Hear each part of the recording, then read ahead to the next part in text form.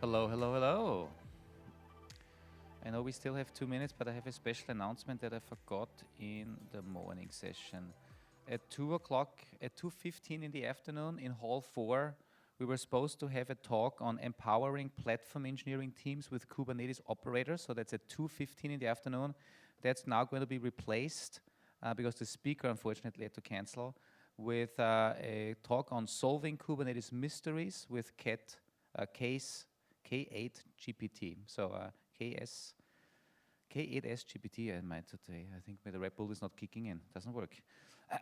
And solving Kubernetes mysteries with Cats GPT. That's the new session at 2:15 in Hall 4. So in case you wanted to go to empowering platform engineering teams with Kubernetes operators, that session will be replaced, but with an equally interesting session by Thomas Schütz. Now we are on time.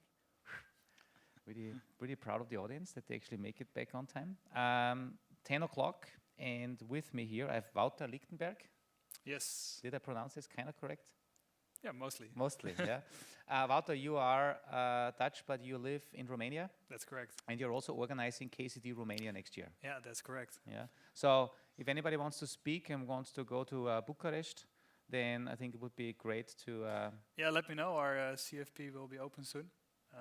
And we're now full in the organizing mode.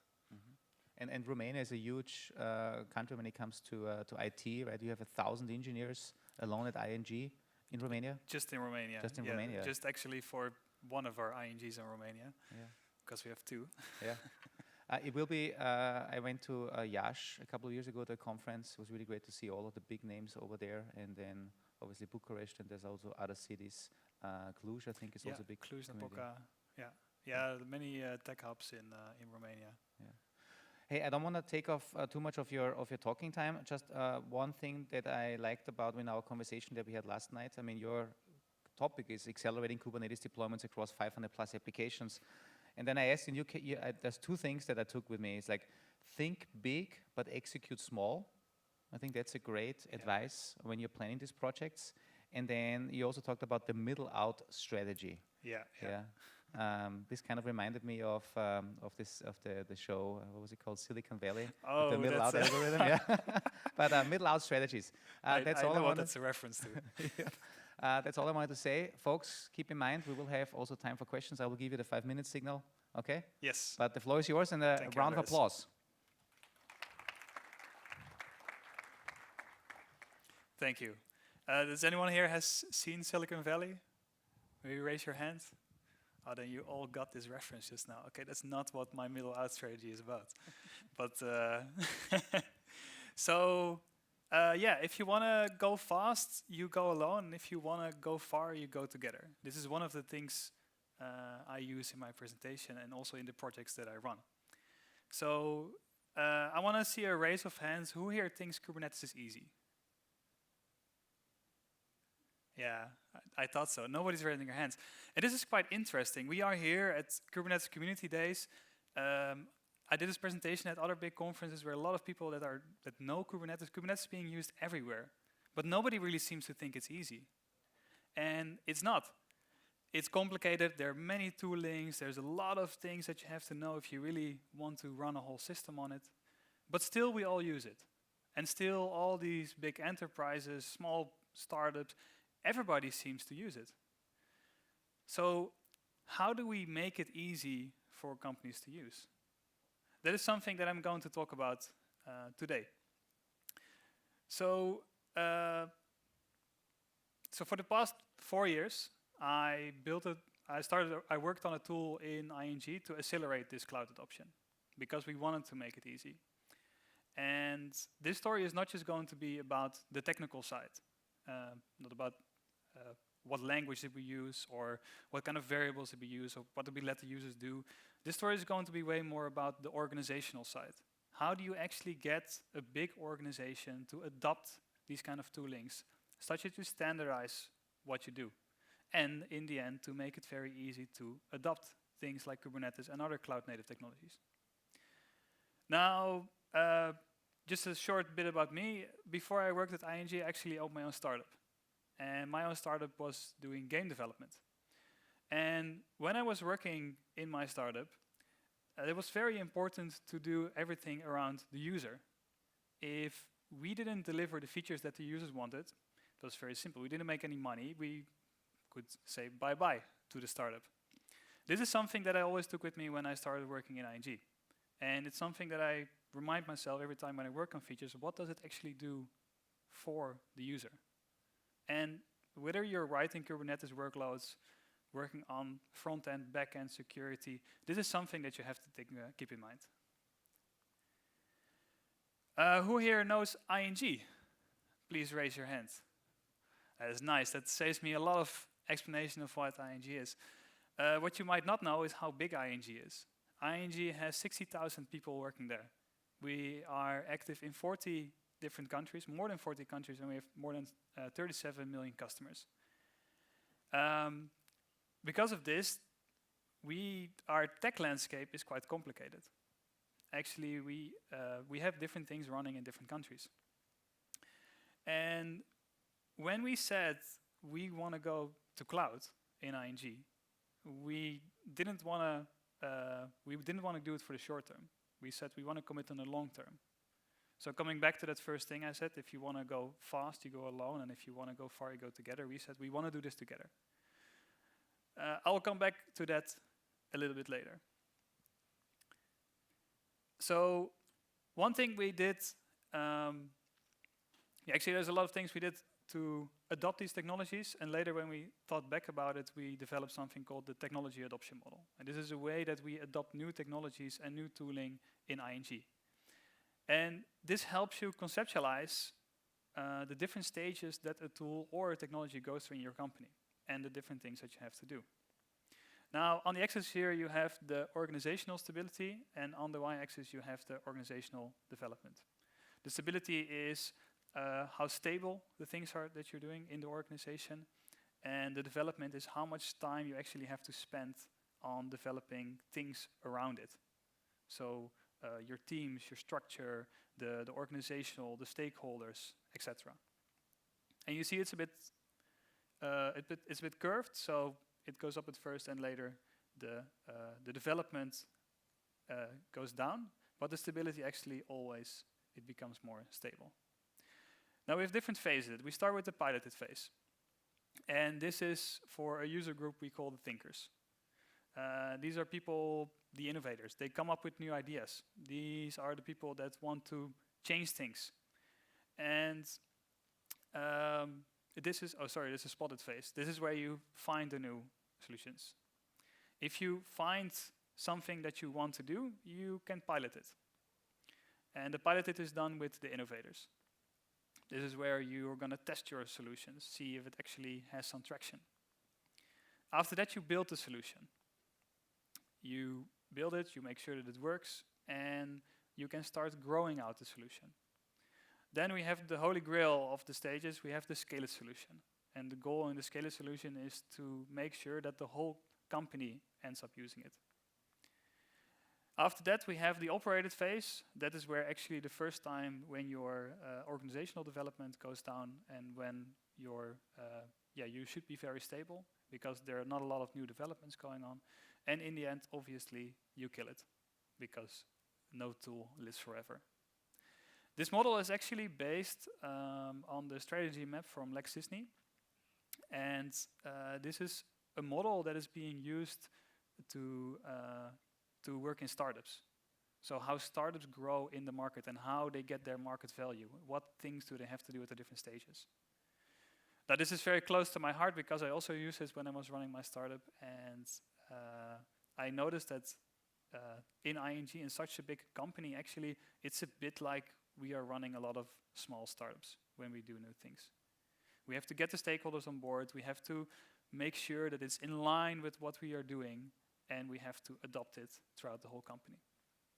It's a bit like a market. So let's go to the spotted phase. The spotted phase is the place where you search for opportunities. Now, you can think about solving actual problems.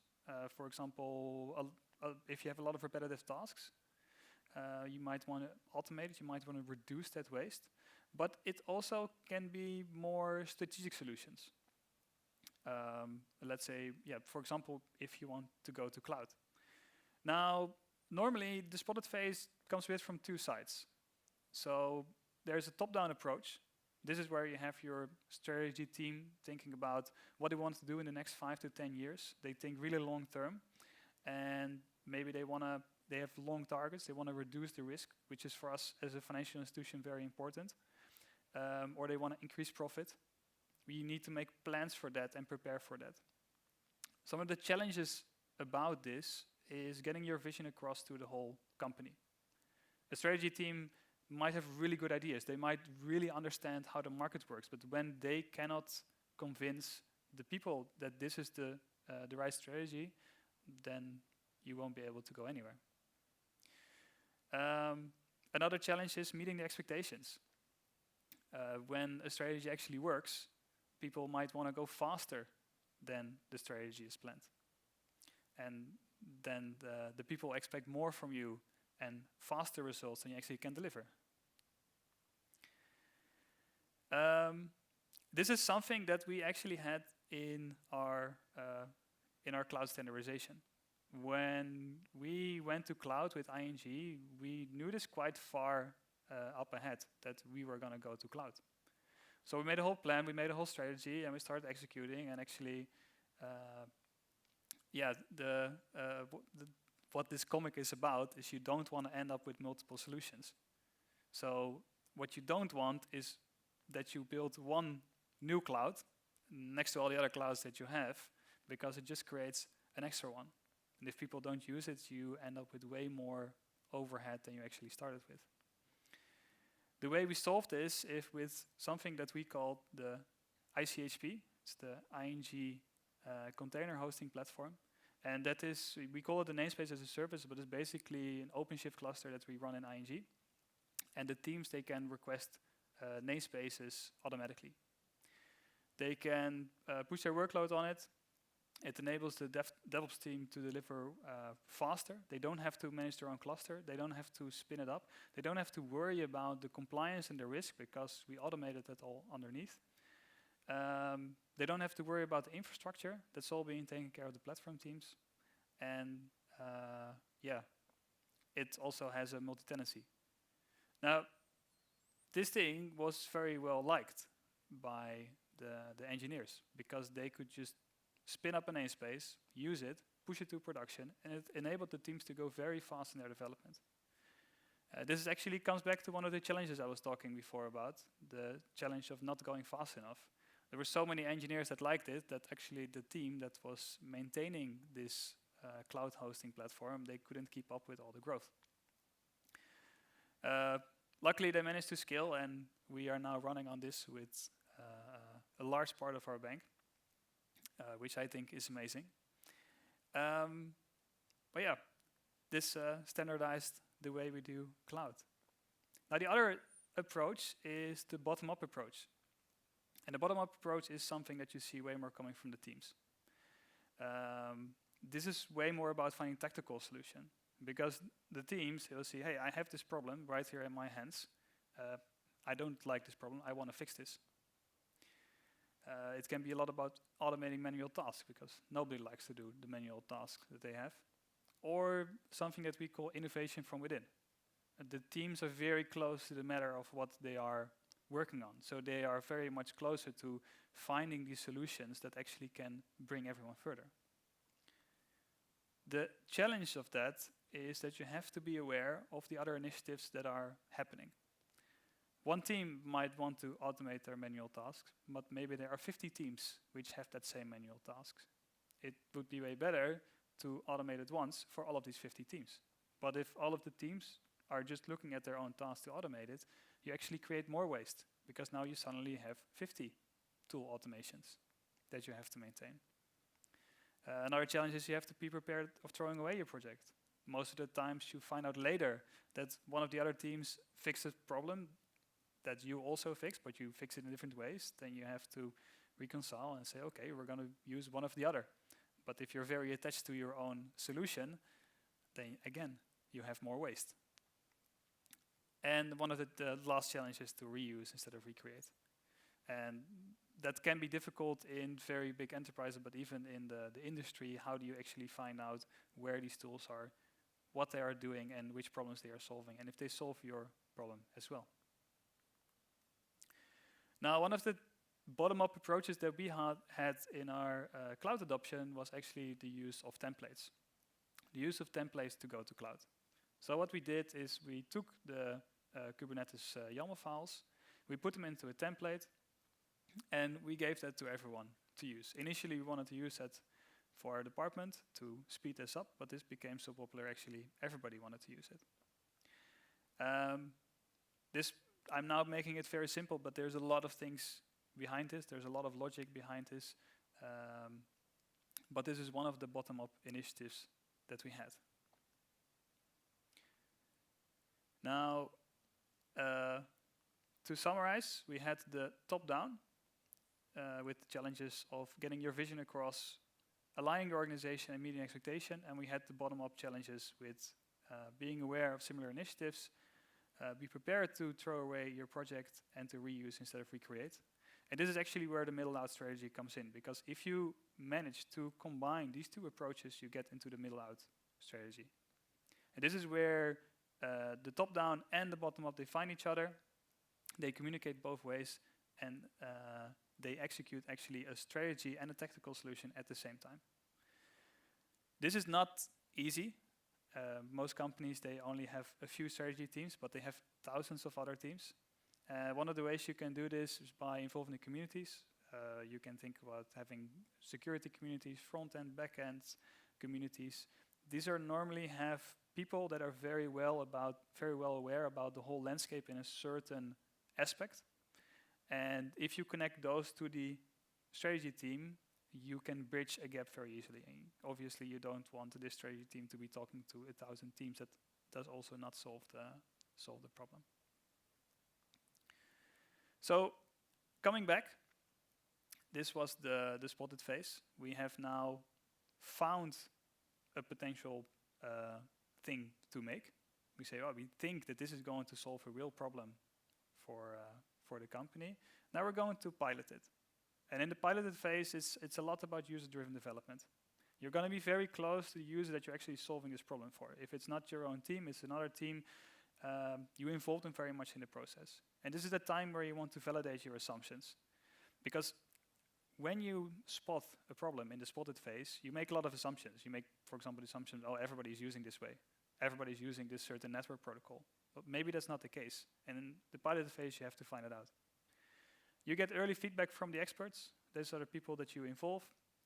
And you create a simple demo to get sponsors. In a startup, what you would do, this is actually the time where you could also talk with the investors. And what's very important is to fail fast. You are piloting something. You are not creating something that is maybe is going to change the world. You have to fail in order to succeed. So don't think that the first thing that you make is actually going to make it successful. There's some things to keep in mind. You have to think about scale early on. If you make something that's very small, you have to think about at some point it has to scale. Now you don't have to build it right away to scale. That's something for later. But if you build something that is never going to scale, then it's never going to work everywhere. And you have to be okay starting over. Now one of the things that we piloted inside ING is actually the use of Azure templates to use to standardize actually the cloud adoption of or the cloud journey of ING. What we noticed is if you have a simple pipeline, it can look like this. You have your code, your build, your testing phase, all the way to the running phase. And when you look at different teams, it looks a bit like this. And when we looked at what is now actually the same or what is different, we noticed that this green box is actually what is all the same. Now, actually, when we were talking to the teams, they didn't say it was the same. They say, but we have this special build parameter, we have this special tool here. But when we were actually looking high over what is actually needed to standardize, it was just that the code was different, the application code. I can tell you most of our applications are running on Java. Most of them are using Spring Boot. And if you are already at that stage, if you use the same build and deploy tooling, then there shouldn't be much difference between the applications. So what we did for each of these stages, we created templates. And these templates were being used to go through the whole process. So to build, deploy, to test everything, and to run everything. And this led us to having a standardized approach to running cloud applications. Now, this product kept complexity away from the teams, which was amazing because we didn't have to teach more than 15,000 people how Kubernetes worked. We took that complexity, we put it into one platform team, and they actually knew everything about Kubernetes. We sped up the adoption of the cloud because onboarding on this application was as simple as a few clicks. You download the templates and you push it, you deploy it. And the automation all happens underneath. And what was even better, which we didn't even think about at first, is the ability to easily adopt new things in the future. For example, if we have vulnerabilities, then we know exactly where they are because everything uses the same templates. If we want to fix something, we only have to fix it once, and everybody is using the latest pipeline, and they go to production without these vulnerabilities. But also, if we want to for example, implement network policies, which at some point we did, we put it in there, everybody was using the same network policy, the teams were never aware of it.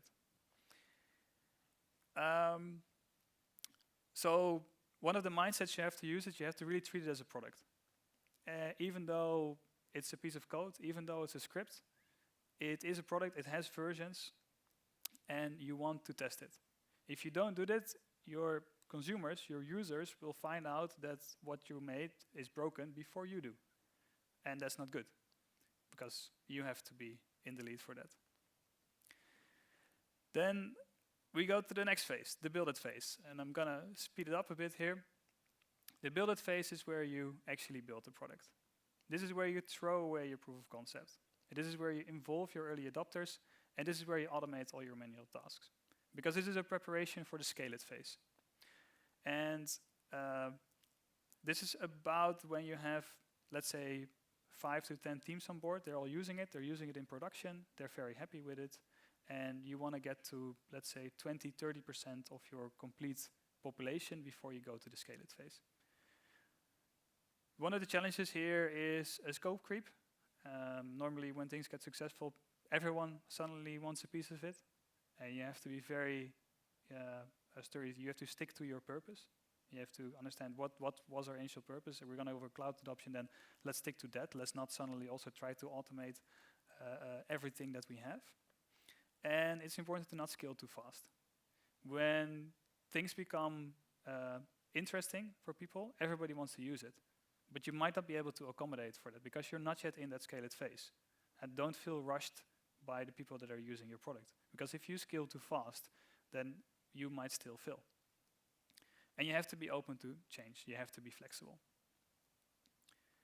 I'm going to skip this part, and we're going to go to the scale it phase. So let's say we have the 30-40% of the people on board.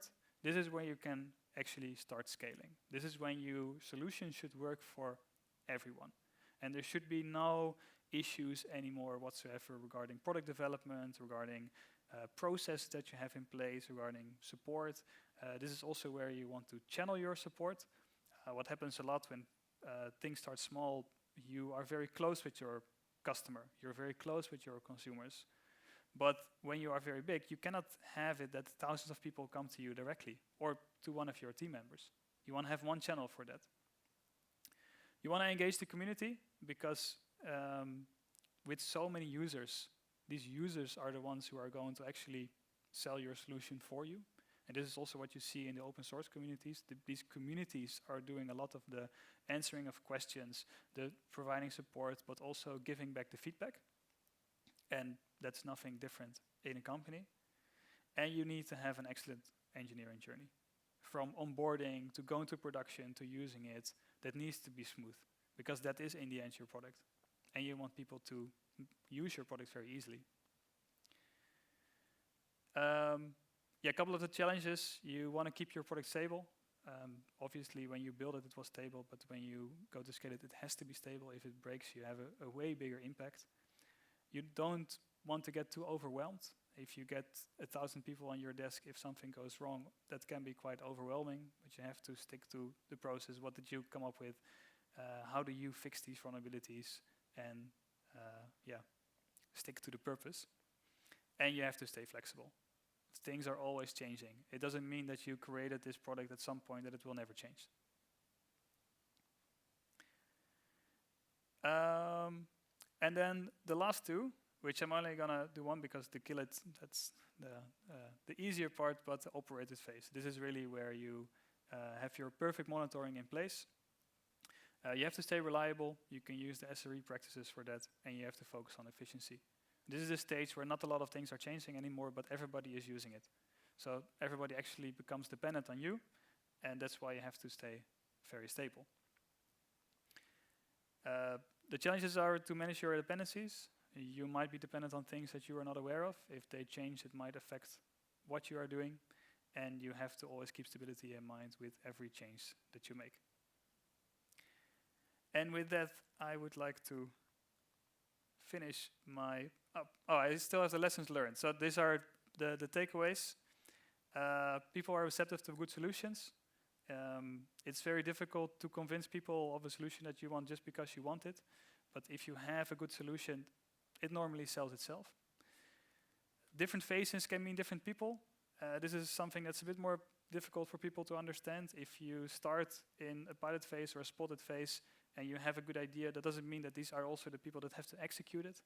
And that shouldn't be a problem. And you have to apply the structure.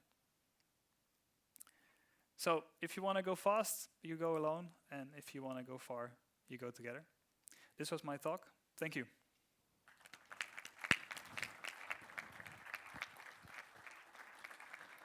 Thank you so much. Also, I like the analogy with your curve of adoption and kind of like your analogy how this also works in a startup, because you had a startup before. Yeah.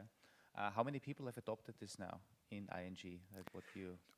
People, so we have more than 500. I think we're at 600-700 applications now that are running in production, yeah, we're still scaling further. People, well, if every application has about 5 people working on it, it's in the thousands. Cool. Oh yeah, also the reminder of KCD Romania. Yeah. And now it's time for questions. We got the mic runner. Andreas is there. All the way in the back.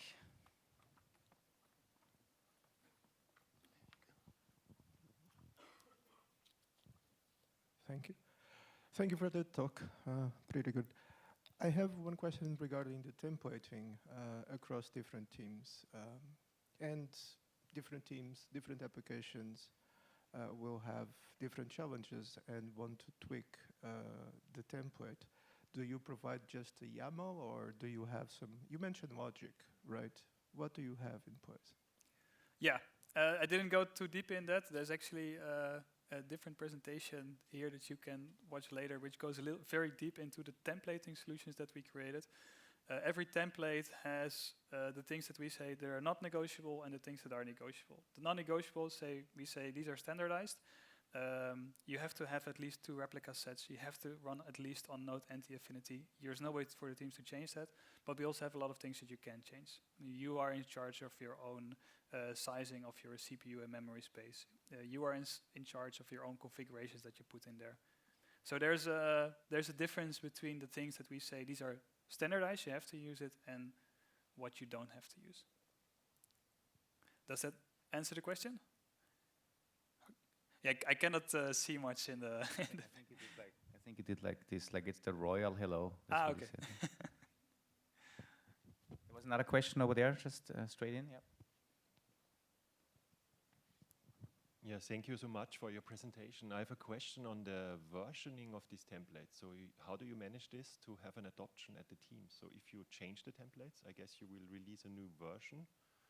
But are the teams automatically using the latest version, or do you actively manage this? Yeah, that's a good question. Also one from the other presentation where I go deeper into that.